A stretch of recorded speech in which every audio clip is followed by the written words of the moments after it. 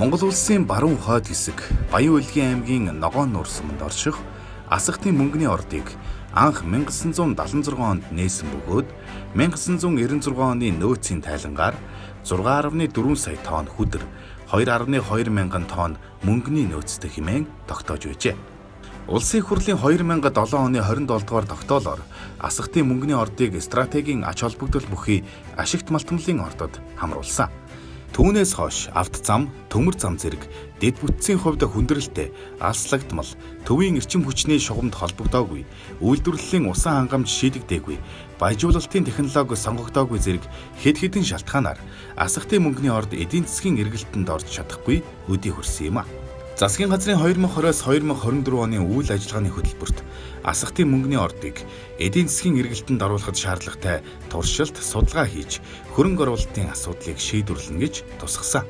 Эрдэнэс Монгол нэгдэл Харьяанд Асхад төслийн нэгжийг 2023 онд байгуулж төслийг урагшлуулах ерөнхий төлөвлөгөө гарган амжилттай хэрэгжүүлж байна. Энэхүү ерөнхий төлөвлөгөөний гол зорилго нь Асхтын мөнгөний ордын нөөцийг олон улсын нөөц баялагын жорк ангилалд нийцүүлэх нэмэлт хайгуул хийх, нөөцийн тайлан бэлтгэн баталгаажуулах явдал юм. Нөөц тогтоох, нэмэлт хайгуулын ажлын хүрээнд дараах ажлууд хийгдэнэ. Үүнд маршрутын судалгаагаар гадаргуугийн хувирал, эрсдэлжилт тодорхойлох, цооногийн болон ил далд малталтуудаас дээжилж баримтжуулах, ил далд өрөмдлөг, уулын ажил гүйцэтгэх, цооногийн геофизик буюу чулуулгийн физик шинж чанарыг тодорхойлно. Энэхүү нөөцийн тайланг үндэслэн Асхтын мөнгөний ордын техник эдийн засгийн үндэслэл батлагдаж, ордыг эдийн засгийн эргэлтэнд оруулах боломж бүрдэх юм. Мөн нөөц тогтоох, нэмэлт хайгуулын өмнөх бэлтгэл ажлуудыг эхлүүлээд байна. Үүнд нэмэлт хайгуулд ашиглах зам засах, өргөтгөх, сэргээн засварлах, гадаргуун бүрэн зураглал буюу топо геодез хийх, хэвтэй малталтуудын амийг нээх, хэвтэй малталтуудаас дээж авч хагас үйлдвэрлэлийн туршилт, судалгаа хийх, хайгуулын ажилд ашиглах хэвтэй малталтуудын 3 хэмжээст зураглал, эрсдэл, аюулгүй байдлын үнэлгээ хийх зэрэг ажлууд төлөвлөгөө ёсоор хийгдэж байна.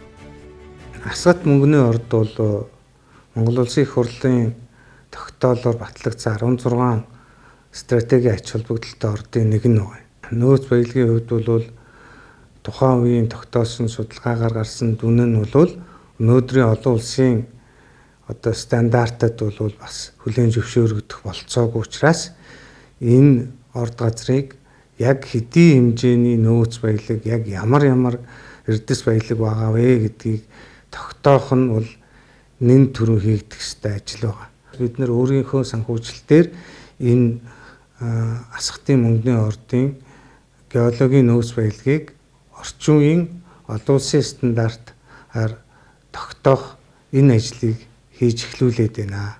Одоо нөөцийг тогтоох, 8000 гаруй метр өрөмдлөг хийх энэ ажлыг сүүлийн шатны ажил ингээд өнөөдөр гэрээ байгуулагдаад эхэлж байгаамаа. Ингэснээрээ бол энэ ажлууд бүрэн хийгснээ дараа Асхтын мөнгөний ордыг эдийн засгийн эргэлтэнд оруулах хамгийн чухал алхам хийгдэж дуусна гэж ингэж ойлгож байна. Дээр дурдсан ажлуудыг гүйцэтгэх компаниудыг нээлттэй сонгон шалруулж, гэрээ байгуулж, ажлыг нь эхлүүлсэн бөгөөд Эрдэнэс Монгол нэгдэл газар дээр нь хяналт тавин ажиллаж байна. Олон улсын стандартын дагуу бэлтгэсэн нөөцийн тайлан, техник эдийн засгийн үндэслэл, санхүүгийн үр ашиг гээд бүх зүйл тодорхой болсны дараа хөрөнгө оруулагчдад танилцуулж, эдийн засгийн эргэлтэнд оруулах юм.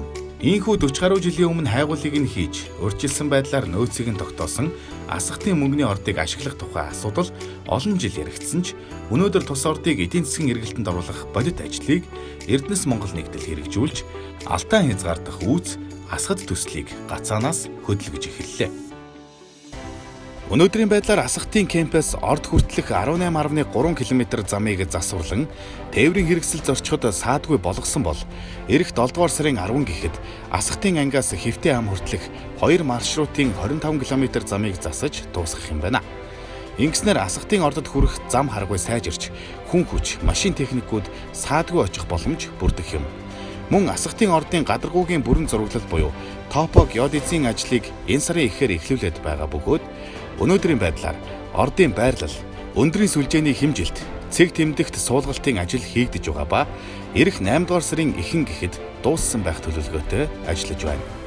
Энэ ажил нь хайгуулын ажлын төлөвлөгөө боловсруулах, хөдрийн биетийн ерөнхий төсөөлөл гаргах, ордын загвар босгох үндэс суурь болно гэж төсөл хэрэгжүүлэгчид болон гүйцэтгэгч компани инженер геологчид хэлж байна. Манай компани геодит зураг зүүн чиглэлээр үйл ажиллагаа явуулдаг байгаа.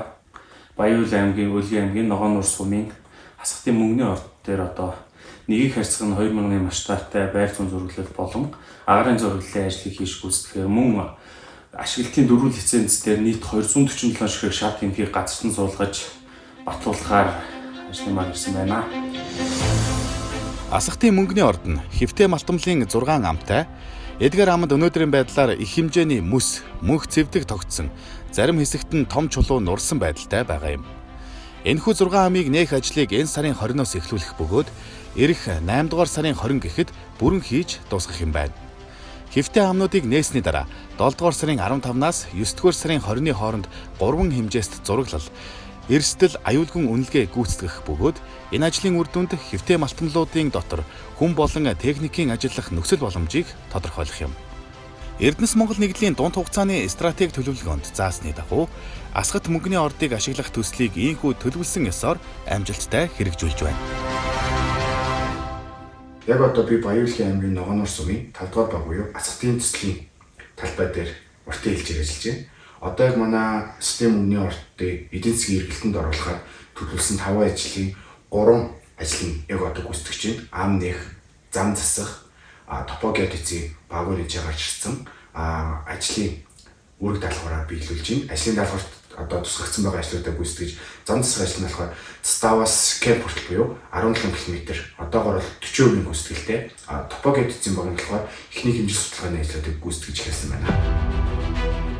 Монголчууд бид энэхүү томоохон ордоо ашиглалтанд оруулснаар Баян аймаг төдийгүй баруун бүс улмаар Монгол улсын эдийн засагт тодорхой хувь нэмэр оруулах нөхцөл бүрдэх тул Эрдэнэс Монгол нэгдэл хөрөнгө оруулагчдыг ордын ашиглалтанд өргөхөд шаардлагатай олон улсын стандартын дагуу боловсруулсан нөөцийн тайлан, техник эдийн засгийн үндэслэлийг боловсруулахад шаардлагадах бүх зардлыг санхүүжүүлж, ажлыг эрчимжүүлэн ажиллаж байна.